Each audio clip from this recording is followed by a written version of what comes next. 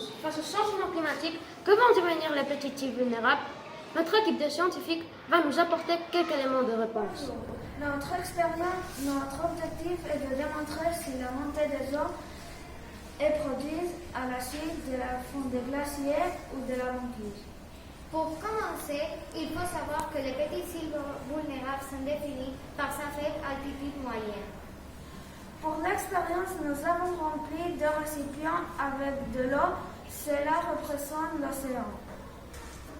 Grâce à ces 2 morceaux de glace, nous allons représenter un continent, la forte altitude, et une île vulnérable, la faible altitude. Dans un premier temps, on va mettre 2 glaçons dans l'eau comme si c'était la banquise, c'est-à-dire la mer gelée. Et nous marquerons le niveau de l'eau.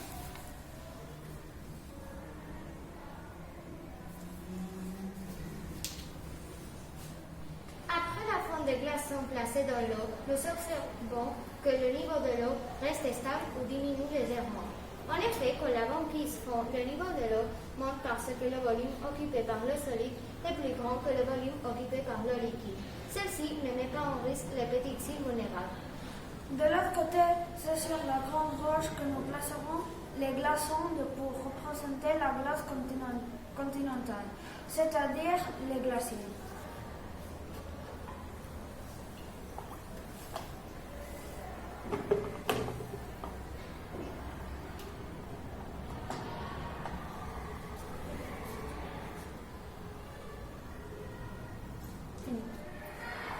Par contre, dans la deuxième expérience, le niveau de l'eau est augmenté.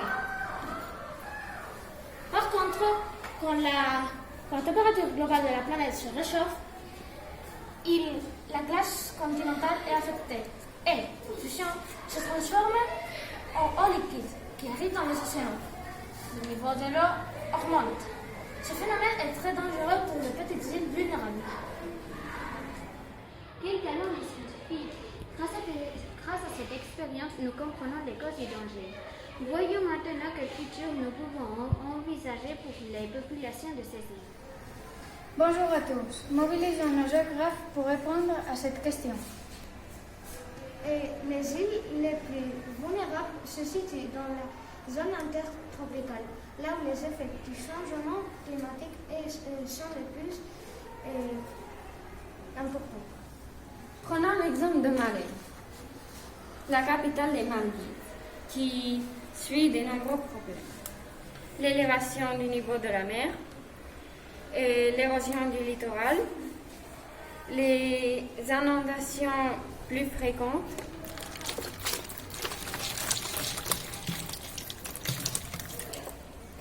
la pollution de la mer par le plastique,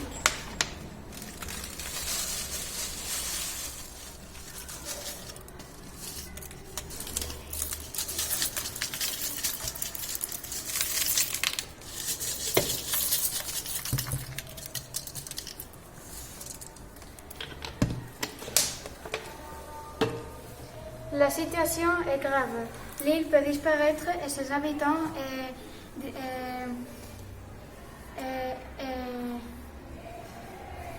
être des réfugiés climatiques. Ne soyons pas pessimistes. Par exemple, à Malais,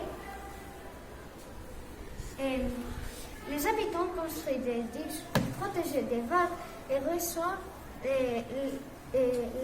le soutien de l'ONU pour développer des énergies renouvelables et des transports vers bus, vélos et des bagages flottantes sont à l'étude. N'oublions pas que le réchauffement climatique est global et que l'Union européenne est parmi les premiers émetteurs de CO2. Changeons aussi nos habitudes pour aider. Effectivement, le mieux est de tous s'attaquer à l'origine du problème. Finalement, nos poètes vont résumer le sort de nos chères îles vulnérables. Petites îles vulnérables, bien souvent perdues au milieu du Pacifique, couronnées de superbes palmiers insouciants, jolies plages peuplées d'animaux souriants, ignorant que leur destin peut être tragique. Mais ces îles, sous les changements climatiques, au cœur de l'océan qui perd sa coloration, souffrant de la montée de noires flottes effrayantes et de l'homme de la pollution dramatique. Leur disparition n'aura plus de solution. Ils volaient aux nouvelles générations. Population déplacée, terres englouties. Un contrôle strict créera un monde nouveau. La technologie sauvera beaucoup de vies. Les larmes d'enfants ne feront plus monter l'eau. Absolument, non seulement les hommes, mais aussi les animaux souffrent des conditions du changement climatique. Les espèces comme le panda rouge sont en danger de disparition. Pensons aux nouvelles générations qui ne connaîtront pas ces espèces disparues. S'il vous plaît, soyons conscients, agissons. Pour cette poésie engagée. Des gestes simples peuvent changer la donne.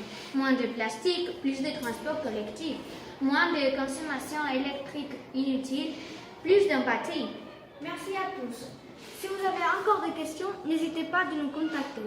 Nous sommes les élèves de 6e B du lycée français de Castille et Léon en Espagne. Au revoir.